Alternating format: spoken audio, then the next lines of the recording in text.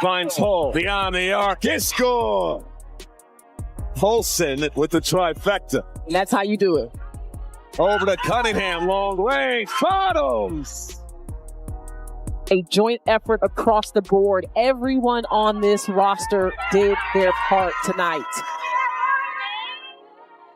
Guys, I just know everybody in the league is sick. You're staring at a team written off by the entire basketball world. Their superstar? Injured. Their veterans? Gone. Facing the most dominant squad in the WNBA on their home floor. What happened next wasn't just an upset. It was an explosive revelation about jealousy, betrayal, and a locker room truth bomb that shook the league to its core. Smash that subscribe button. What you're about to hear changes everything. And Indiana has done it. Their first ever Commissioner's Cup championship, knocking off the Minnesota Lynx. This is Howard setting up McDonald, knocking down the tray.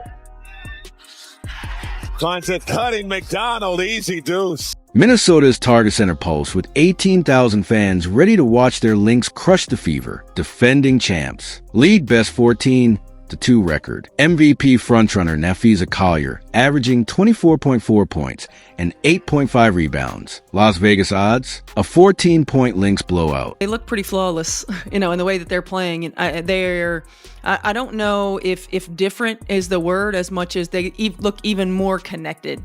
They're a team that was connected a year ago, but really the nuance of having each other's back on the defensive end, of knowing where your teammate's going to be, discipline to coverages, the connectivity that they have on the offensive end of the floor. I mean, the way that they move with and without the ball, the way that the ball moves makes it really tough to cover. I often say that offense is like a dance, and they are flowing, man. They are making music, and there's no doubt about it. So we have to try to be disruptive, and we have to try to take them out of that rhythm. But Indiana walked and crippled. Caitlin Clark sidelined, groin injury, third straight game. DeWanna Bonner abandoning the team mid-season after being benched. Dyra's Danis overseas for FIBA Americas.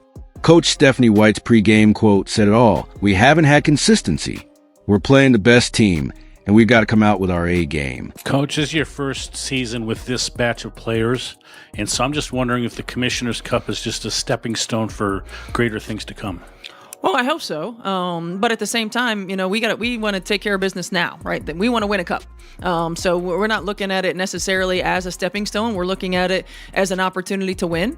And then we're looking at it, as coaches, as an opportunity to continue to stack days. We haven't had a lot of consistency in our lineup. And so we haven't really built that camaraderie and connectedness that we need in order for us to be successful. But we can take another step towards growth, another step towards consistency on the floor, in execution, in energy level. We're playing the best team in the league right now, and we've got to come out and we got to play our A game. The betrayal no one saw coming. DeWanna Bonner's exit wasn't just a loss. It was a stabbing in the back. Signed for veteran leadership, she quit after 9 games when her performance tanked. The message to young players? If things get hard, refuse to show up. DeWanna Bonner was brought in for leadership. She was brought in for leadership. And do you want to know all that these young players learned from her? If things don't go your way, refuse to show up. Continue to get paid a max contract while you are sitting out, refusing to play. Meanwhile, Clark battled not just injury, but whispers. Critics claimed her stardom bred jealousy across the league. Would her team fight for her or collapse? With Caitlin and her status, just how did she look? How did she feel today during shoot-around? And is she making progress and getting closer to playing? She's making progress. I think, again, top of mind, I think I told you this afternoon, is just long-term. Making sure that we don't have any setbacks. Making progress and feeling good are two different things. And we want to make sure that she feels good. We want to make sure that she's confident. We want to make sure that we're not putting her in a position to have any setbacks. And that's the priority right now.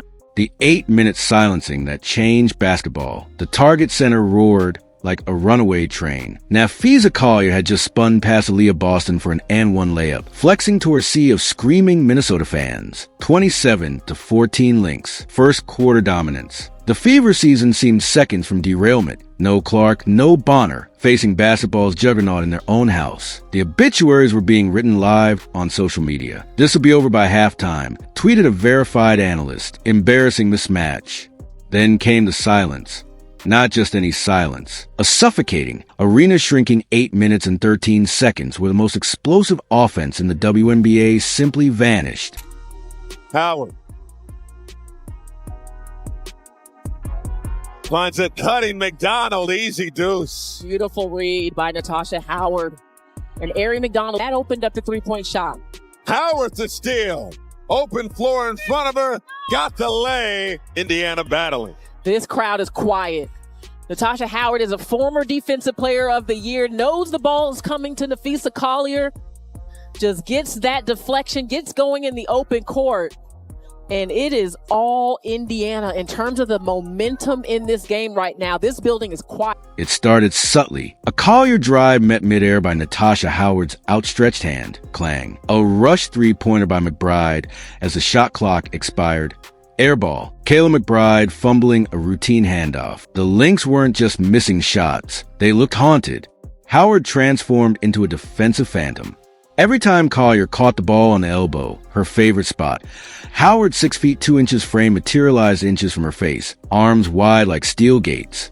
Collier tried a spin move. Howard mirrored her perfectly, forcing a wild, off-balance heave that grazed the backboard. Gives it up to Mitchell. Mitchell. Over to Cunningham, long range, bottoms! Big time trifecta, Sophie Cunningham.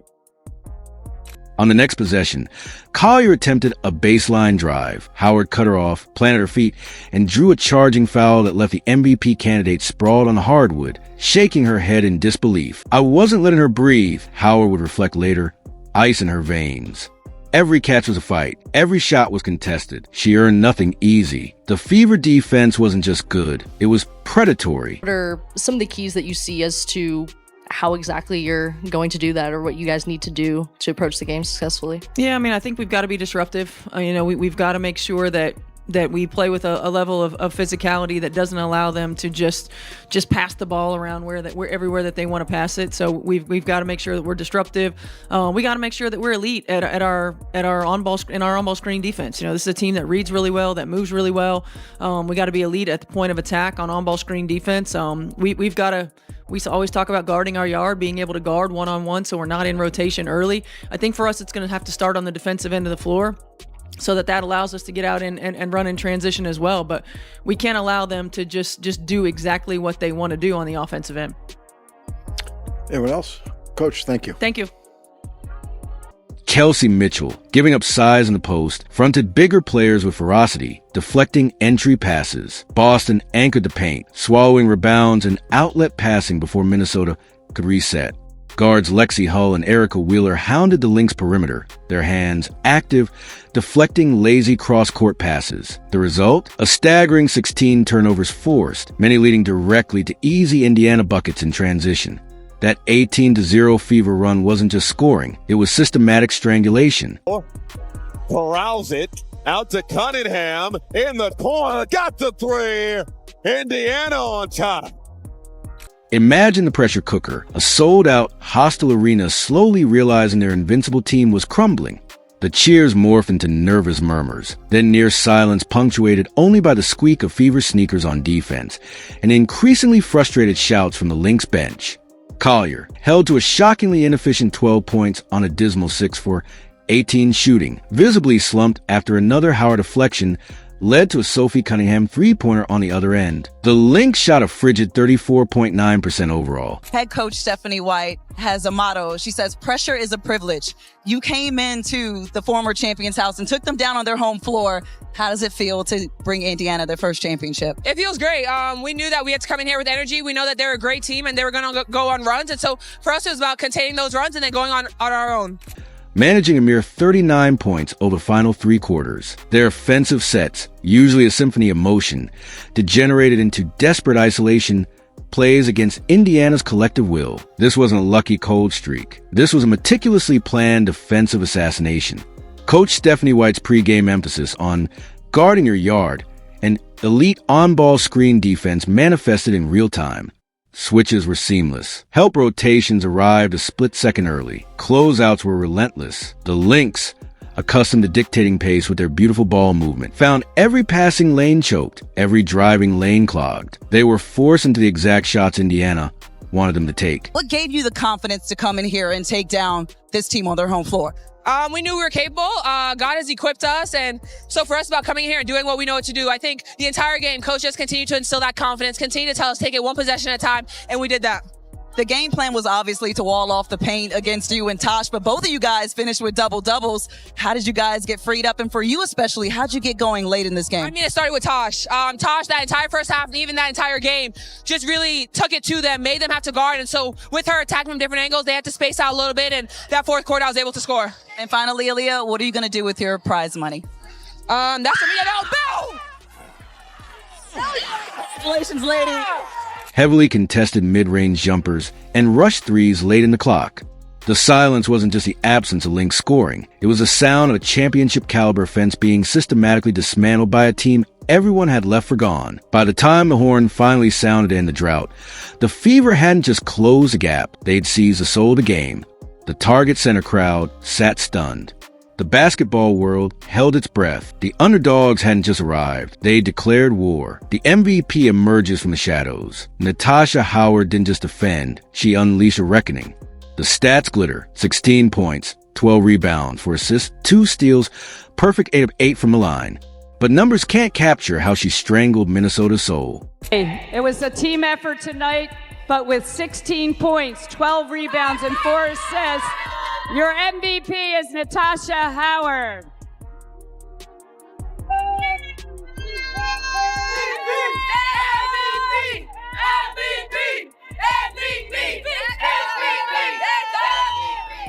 Every rebound wasn't grab, it was a theft. Every free throw, a cold-blooded execution silencing 18,000 fans. The Collier dagger, fourth quarter. 6:23 left. Lynx down 9, but surging. Collier catches the ball at the top of the key, her office all season. A hesitation dribble, then a drive left.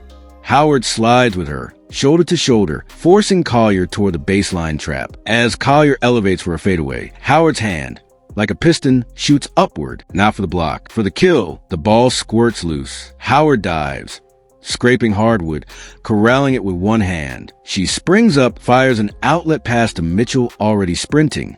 Layup, 11-point lead. The Target Center gasps. Collier stares at the rafters, hands on hips. Howard doesn't cheer. She points at Collier, then taps her temple. I'm in your head. The free throw symphony. Pressure? With 3:01 left, Howard steps to the line. Indiana up 7. The Lynx faithful scream, wave towels, bang seats. A wall of noise meant to crack her. Howard bounces the ball twice, looks at the rim, releases, swish, silence, repeat, swish, louder silence, 7 more times. 8 shots, 8 splashes, no flinch, no blink, just a net snapping like a whip. That's championship DNA, the broadcaster whispered, ice in her veins. But the real quake came from the shadows. Aaliyah Boston, the awakening. All season, Boston battled. Double teams. Critics questioning her aggression. The weight of expectation without Clark drawing defenses away. This night, she erupted. 12 points, 11 rebounds, 6 assists, but her impact screamed louder than stats. The paint war. Early third quarter. Collier posts up Boston, seeking redemption. Backs her down, then spins baseline. Boston mirrors her, stays grounded, forces a rush hook shot. Brick. Boston boxes out Collier, rooting her under the rim, and snatches the rebound with one hand. Outlet, transition 3, Fever-led balloons. Later, Boston catches the ball 10 feet out. Collier presses tight, daring her to drive. Boston takes one power dribble. Boom! Shoulder into Collier's chest. Collier stumbles backward. Boston rises. Layup, foul. She screams toward the Fever bench, pounding her chest. This is my house. The message? No more finesse. Dominance. The fourth quarter maestro. Up 5 with 8 minutes left. The offense stalls. Ball swings to Boston at the elbow.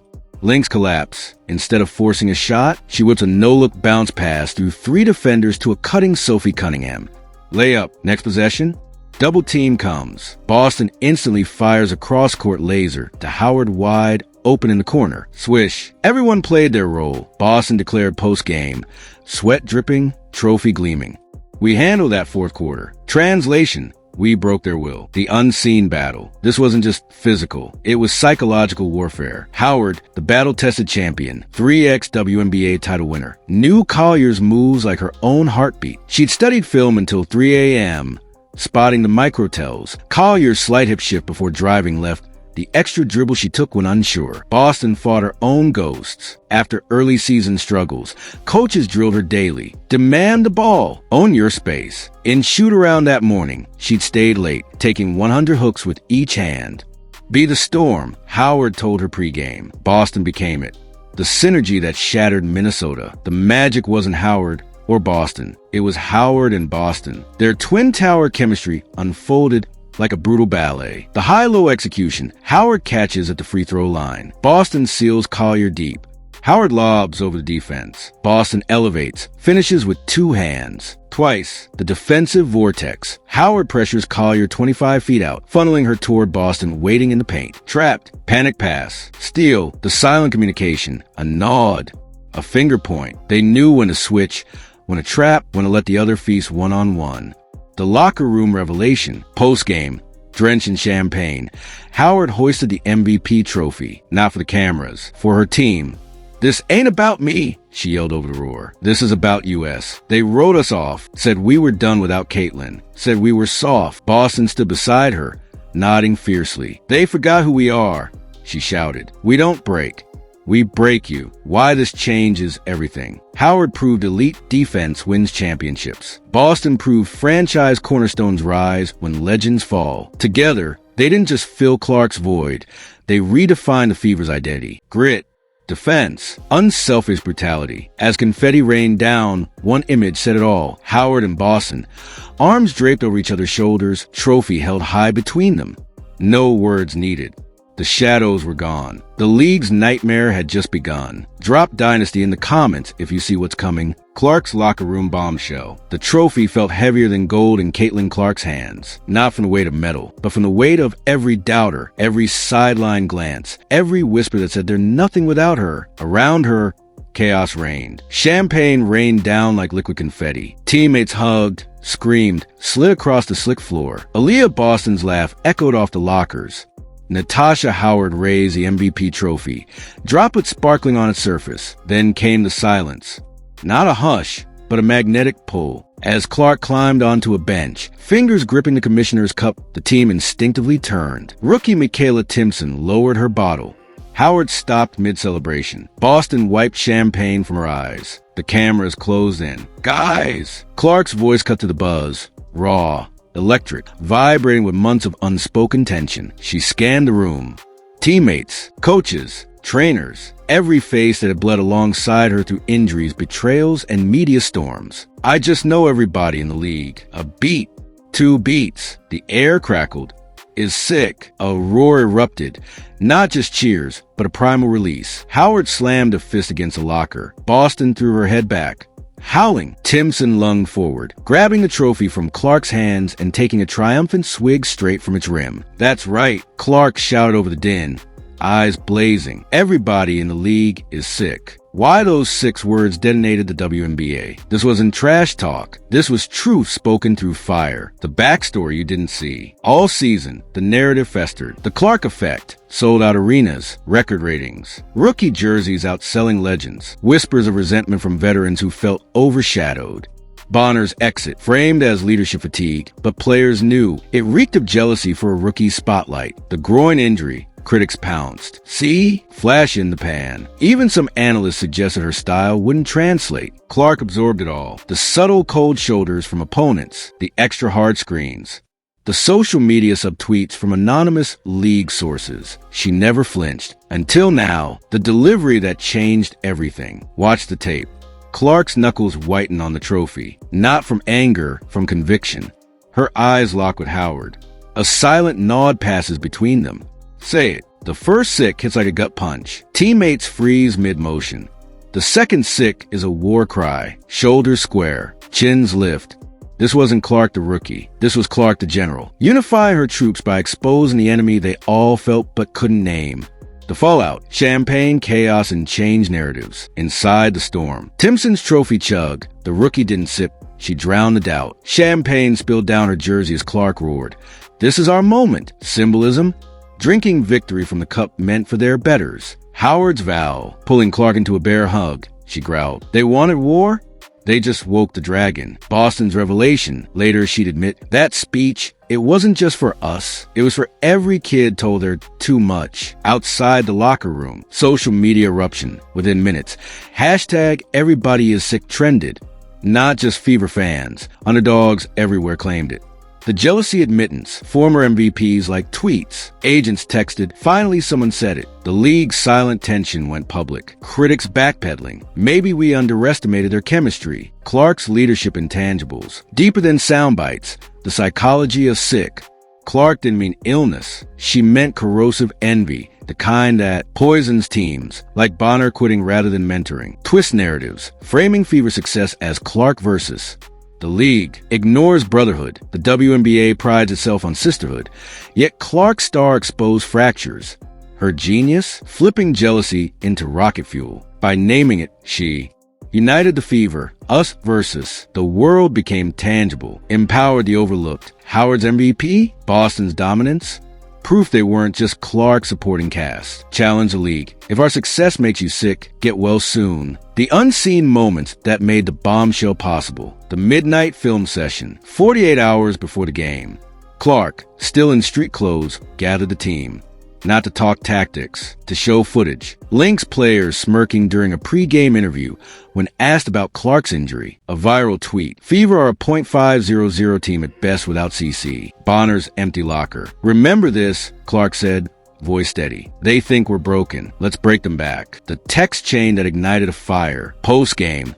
Before the cameras entered, Clark sent one message to the team group chat. Play for her. Attached, a photo of Fever superfan Emma, 9, wearing Clark's jersey, in a hospital bed, for her arm.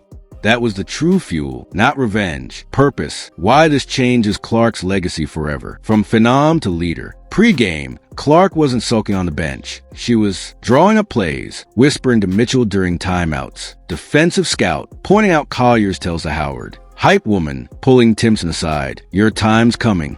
Be ready. Her sick quote wasn't petty. It was protective, shielding her team from the toxicity she'd shouldered all season.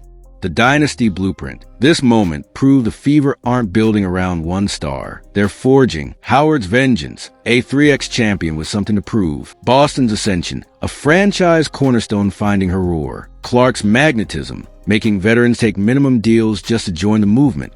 Epilogue. The aftershocks. 3 days later, the league fined Clark $50,000 for unprofessional comments. Her response? An Instagram story donating $50,000 to a girls' basketball charity with the caption, still sick, still grateful, winking face. In Minnesota, Collier rewatched the locker room clip 7 times. Respect, she texted Howard later. But next time we won't be napping. And in Indiana, the phrase echoed in practice drills, weight rooms, even community events. Everybody's sick, everybody's sick. It wasn't a taunt anymore. It was a battle cry, forged in champagne and truth. Drop, crown them. If you believe this is just a beginning, smash subscribe. The revolution's brewing. Why this changes everything. The Fever didn't just win a trophy. They exposed the Lynx's fragility. Coach Cheryl Reeve admitted, they beat us, we didn't have our fight. Rumor says ESPN had purely scheduled a video titled Lynx Dominate Fever, deleted post-game. And the hidden truth? Indiana's depth. Sophie Cunningham's 13 points off the bench. Ari McDonald's 12-point eruption. 5 Fever players scoring double digits. This trophy isn't just medal. It's to show the haters and everyone who said they'd fail. To Bonner who abandoned them. To rivals dripping with envy. And when Clark returns, this team isn't just dangerous. They're terrifying. Because now they know, even without her, they can topple giants. Drop, I've got the Fever. In the comments if you believe. Smash subscribe. This story is just getting started.